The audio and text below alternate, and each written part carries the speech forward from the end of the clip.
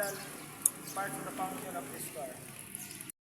The tires is to provide the car to accelerate and turn efficiently on the board. This is the side mirror. Provide the driver with a view in the side areas of the car. This is the car drill. Car drill main function is to protect occupants from the external environment and collisions safety to the vehicles. This is the trunk. This is the trunk.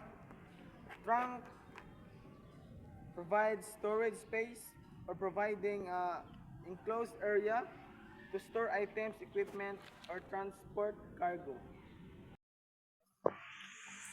Headlights providing light for driving in low visibility or at night. This is the car drill. Car drill main function is to protect occupants from the external environment and collisions safety to the vehicles. Windshield wipers. Windshield wipers protecting occupants from wind, rain, dust, and other external elements. Steering wheel.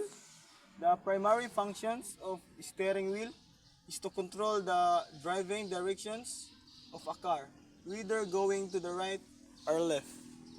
The brake pedal. So the function of brake pedal is to slow down or stop vehicle.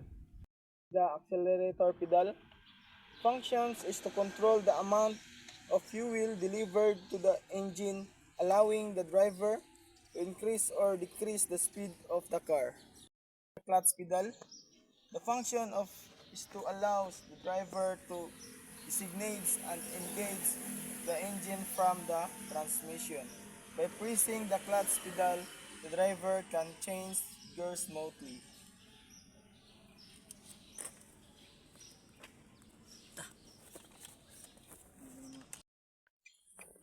Next, the fuel gauge function is to help driver monitor fuel levels and plan refueling. Then this is the speedometer, shows the current speed of the vehicle. The emergency flashers.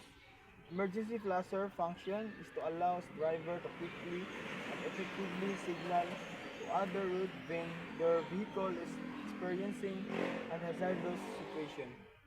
Review mirrors. Review mirrors allows you to see the vehicles behind your car without turning your head. Emergency brake. Emergency brake to hold a vehicle in place and prevent it from rolling or moving continuously. Goodbye. Lock control, window lift, and window lock. Function is to activate the turn signal or indicator. Interior door handle. Function is to open and close the door while inside the vehicle. Radiator to help the engine in cooling.